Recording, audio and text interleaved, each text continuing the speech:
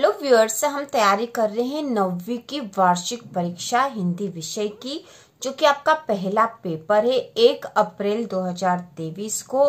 तो इसी के सारे महत्वपूर्ण प्रश्न आज के वीडियो में हम देखेंगे। तो शुरू करते हैं।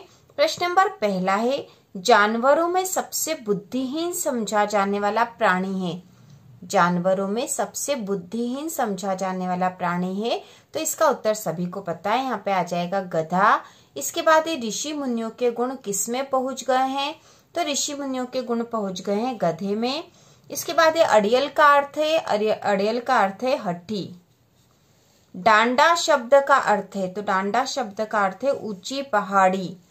इसके बाद ये कुची कुची शब्द का अर्थ है, तो कुची कुची शब्द का अर्थ है दया दया। लासा में चाय में डाला जाता है, तो लासा में चाय में डाला जाता मक्खन और नमक। गद्य हमारी स्वाभाविक है, तो गद्य हमारी स्वाभाविक अभिव्यक्ति है। एकांकी में अंक होता है, तो इसका उत्तर आएगा 1। एकांकी में 1 अंक होता है।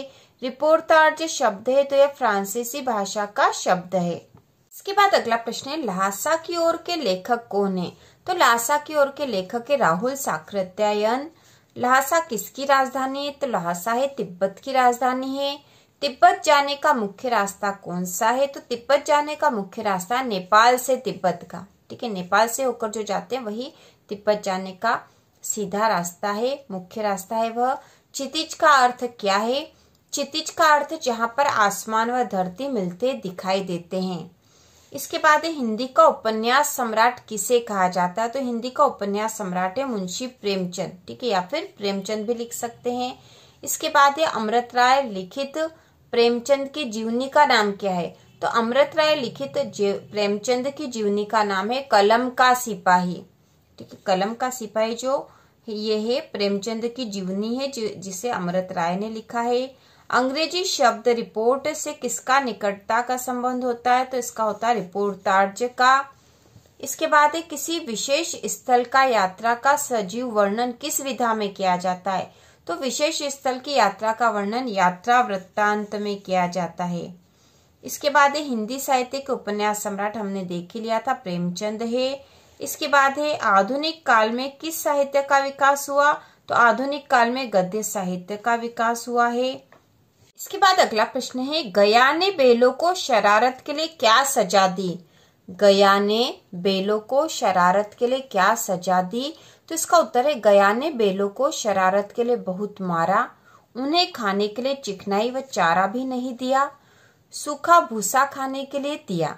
तो यह सजा दी थी उसने। गया ने बेलों को शरारत के लिए बहुत मारा, उन्हें खाने के लिए चिकनाई व चारा भी नहीं दिया, सूखा भूसा खाने के लिए दिया। इसके बाद अगला प्रश्न है, नहीं हमारी जाति का यह धर्म नहीं है कथन से हीरा का क्या आशय है? नहीं हमारी जाति का यह धर्म नहीं है कथन से हीरा का क्या आशय है? तो इसका उत्तर है, हीरा का आशय है कि स्त्री बच्ची आदि अर्थात औरत जात पर सींग मारना हमारी जाति का धर्म नहीं है, ठीक है। हीरा का आशय है कि स्त्री बच्ची आदि अर्थात औरत जात पर सींग मारना हमारी जाति का धर्म नहीं है। हमें उनका सम्मान करना चाहिए, उनसे प्रेम व सहानुभूति रखना चाहिए। इसके बाद जो अगला प्रश्न है, किस घटना ने सालिम अली के जीवन की दिशा को बदल दिया और उन्हें पक्षी प्रेमी बना दिया?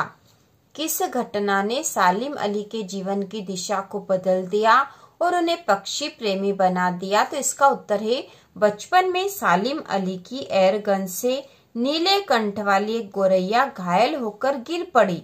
घायल गोरैया को देख उनका मन दुखी हो गया। वे उसकी सेवा तथा उसके बारे में जानकारी प्राप्त करने में जुट गए। इसके बाद वे पक्षी जगत से जुड़े, वे पक्षी प्रेमी बन गए।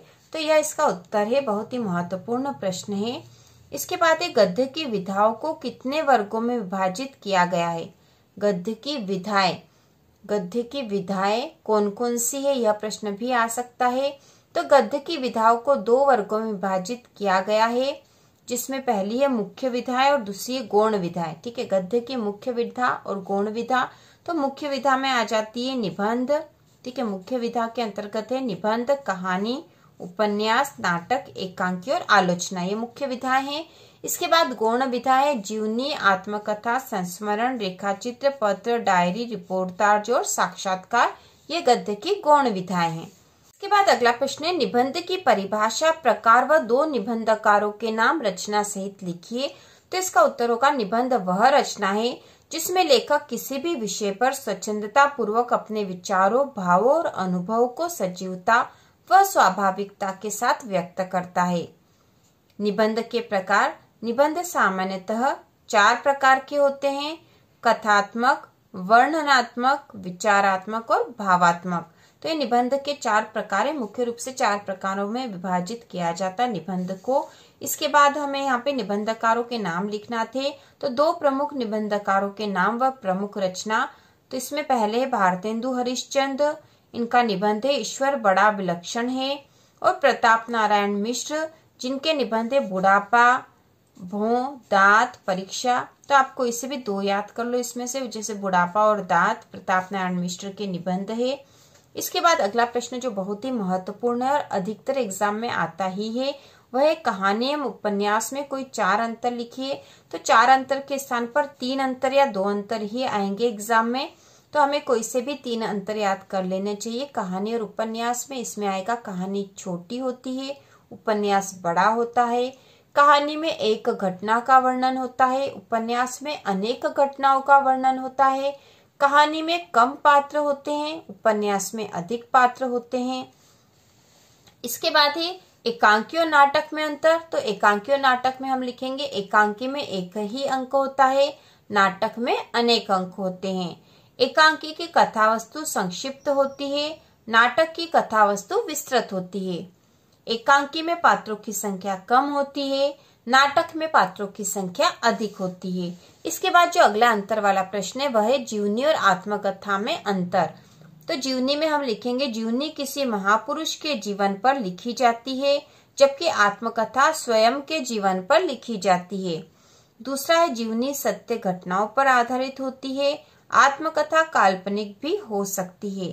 तीसरा अंतर है जीवनी में लेखक तटस्थ होता है, जबकि आत्मकथा में लेखक की व्यक्तिगतता झलक जाती है, या फिर यहाँ पर ऐसा लिख सकते हो कि तटस्थ नहीं होता है।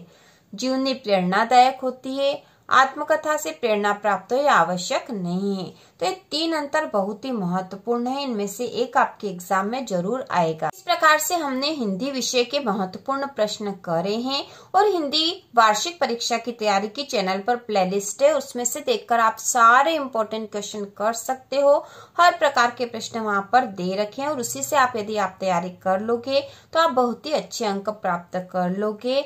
तो इसी प्रकार के और वीडियो देखने के लिए 9वीं की संपूर्ण तैयारी के लिए चैनल को सब्सक्राइब कीजिए।